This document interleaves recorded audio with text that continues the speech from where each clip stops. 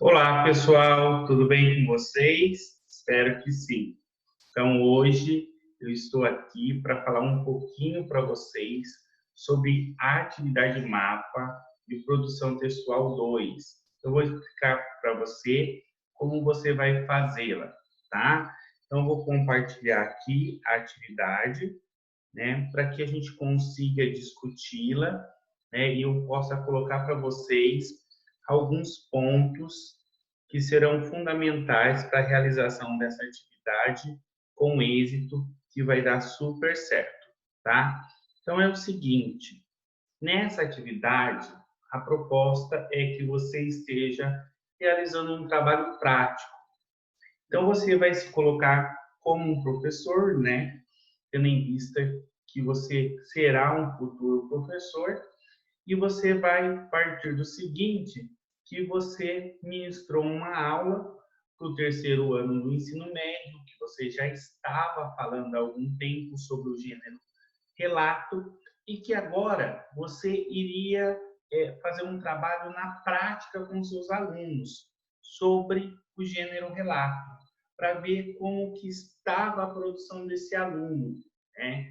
Então, diante dessa tarefa, você escolheu uma prova do vestibular de verão da Universidade Estadual de Maringá, né, que trabalhou com o gênero relato.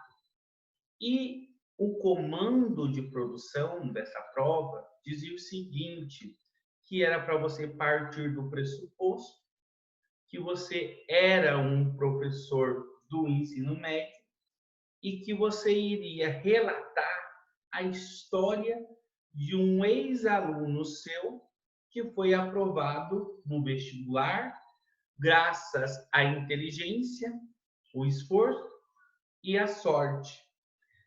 E para nomear esse aluno, você vai usar um dos nomes, Margarete ou Gastão. Então, essa proposta você vai trazer para o seu aluno, ele vai produzir esse texto, né? E vai trazer esse texto de volta. E o que acontece? O texto que ele trouxe de volta é intitulado Saber é poder, querer é dever. Então, esse texto que se encontra aqui, ó, produção entregue pelo aluno para correção. Saber é poder, querer é dever. Então, esse é o texto do aluno e ele entregou para você avaliar esse texto. E para ajudar você a avaliar esse texto, foi montado uma tabela de correção. Por quê? Todo o processo seletivo, seja vestibular, seja qualquer tipo de concurso, a pessoa que elaborou a prova, ela monta uma tabela para que os demais avaliadores que vão participar desse processo de correção, para que ele faça uma correção mais pontual. E muitas vezes, dentro de sala, nós também faremos uma tabela ou vamos adotar tabelas diferentes, dependendo do gênero discursivo que estamos trabalhando ou da tipologia textual. Então, para isso, eu trouxe aqui para o material de vocês uma tabela que você, como professor, iria utilizar para corrigir essa redação. E neste momento, eu vou te dar algumas instruções de como você realizar essa correção. Eu não vou fazer a correção para você, mas eu vou instruir você a como fazer essa atividade, como atribuir uma nota a essa atividade. Então, aqui na tabela de correção, que está disponível para vocês, você, né, terá que analisar 4 itens pontualmente. Um dos itens é o chamado tema. Então, o que você vai ter que avaliar nessa redação? Você vai ter que avaliar se o aluno trabalhou com um tema. Qual era o tema? O tema era um aluno que foi aprovado no vestibular, porque ele contou com a inteligência, ele contou com a sorte e ele também contou com o seu esforço. Então, esses três aspectos, eles precisam ser trabalhados nessa produção. Então, por exemplo, se o aluno desenvolveu apenas um desses aspectos, né? Não desenvolveu todos os aspectos, você não vai poder dar 30. E se, assim, se ele falou sobre ser aprovado no vestibular, mas não entrou nessas questões, você vai ter que dar um 0,8. Agora, por exemplo, se ele falou sobre vestibular e falou só sobre um dos itens, ele falou só sobre a sorte, porque aconteceu isso nesse processo seletivo. Nós tivemos alunos que abordaram só a sorte. Então, o que você vai dar para ele? 16. Agora, ele falou da sorte e ele também falou sobre o esforço. Então, você vai dar 24 nesse item. E se ele falou da sorte, né? Da sorte, do esforço, e também falou da inteligência. Então, você vai atribuir para ele 30. Ai, Gelson, e 0?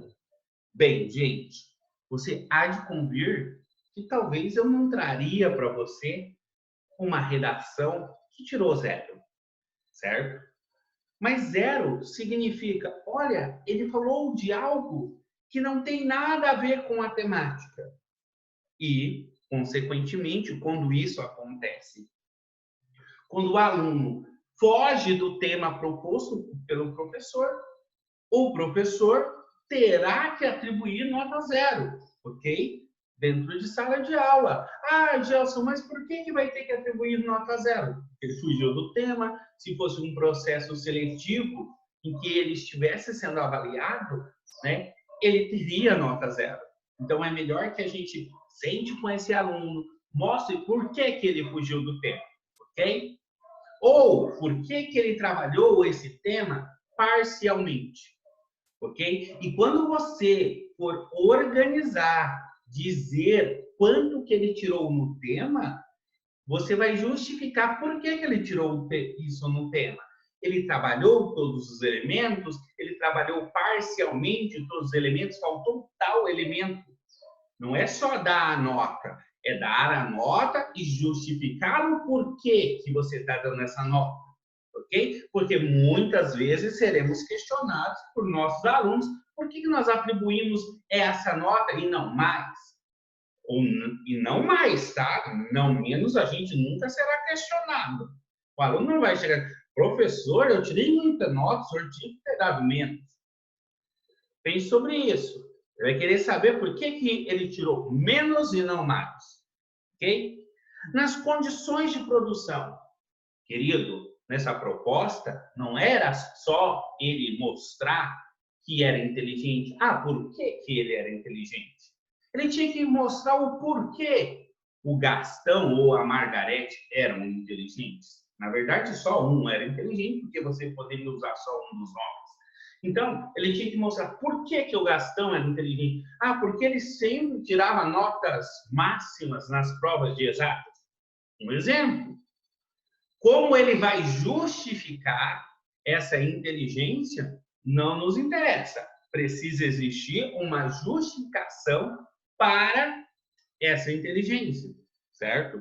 Ah, por que ele contou com a sorte? Não era só eu dizer, ah, Gastão era muito sortudo. Não, eu tenho que mostrar, ah, Gastão foi realizar a prova e quando percebeu, faltavam 5 questões para resolver. Então, Gastão precisou chutar 5 questões e assim acertou essas questões. Tá? Você tem que mostrar o porquê que o Gastão ele é sortudo. Ah, ele é sortudo porque durante o ensino médio, durante o último ano, quando ele estava se preparando para o vestibular, ele fez o tema da redação e quando chegou lá era a mesma temática. Então, aí ele é sortudo, certo? Ah, eu tenho que mostrar por que ele era dedicado. Ele era dedicado porque ele ia para a escola, porque ele resolvia, no período vespertino, 20 exercícios de exatas, 20 de matemática, fazia 3 produções de texto por semana. Você tinha que mostrar o porquê. Então, por exemplo, se ele trouxe essas condições, se ele mostrou que ele é um professor, que ele iria contar a história do seu ex-aluno, se ele mostrou como isso se dava, então o que acontece? Você terá que atribuir nota máxima a ele nas condições de produção. Agora, por exemplo, ele citou a sorte, mas ele não mostrou por que o Gastão era sortudo. Então, gente, você vai ter que dar 24. Ele só citou a sorte, ele só citou a inteligência, ele só desenvolveu um dos aspectos. Você vai dar 16. Ele só citou esses aspectos, mas não desenvolveu nenhum. Então, você vai dar 0,8. Ele não fez nada disso. Então, você vai dar 0. Se deu 0 nesse item, na verdade, a correção acabou. Ok? Então, tanto no tema, se eu der 0, a correção acaba. Nas condições de produção, se eu der 0, a correção acaba. Tá? Então, nós temos que pensar sobre isso. Terceiro aspecto que você vai avaliar. É um relato aquele texto? Ele tem as características que perpassam o gênero relato? Bem, se não for um relato, né, se ele fez uma narrativa, se ele fez uma carta, se ele fez uma dissertação, você terá que dar 0. Agora, se existem marcas muito frágeis, você vai dar 8 para ele. Agora, se esse é um relato, mas tem várias questões estruturais ali, vários probleminhas, por exemplo, ele colocou falas, ele fez misturas dos vários pretéritos, então você vai dar 16, né? Então vai ser você que vai medir isso. Então, aqui, em cada nota, tem um descritivo do que isso vale, ok? Então, nós precisamos pensar sobre isso. E no desempenho linguístico? Aqui no desempenho linguístico serão avaliados os aspectos gramaticais, concordância verbal, nominal, regência verbal, nominal, acentuação, ortografia, né? Uso do acento grave, tudo vai ser avaliado aqui, certo? Eu já vou te antecipar, tá? Uma informação importante. É muito difícil, nesses processos seletivos, o aluno tirar 0 nesse item, certo? Na verdade, aqui, o que mais acontece é notas medianas, boas ou ótimas. Isso quer dizer uma tabela de 0 a 30, notas como 30, 24 e 16. E aqui tem uma quantidade de deslizes que podem ser cometidos, ok? O que acontece? Você vai se colocar no papel desse professor, vai ler essa redação com muito cuidado, vai prestar atenção em cada um desses aspectos, né? Então, no tema eu acho que ele tirou 30. Então, você vai lá e vai justificar 30 porque nos aspectos de condição de produção ele tirou 24. Você vai avaliar o porquê que ele tirou 24. Na organização textual ele tirou 30. Você vai dizer o porquê que ele tirou 30. Você sempre vai justificar.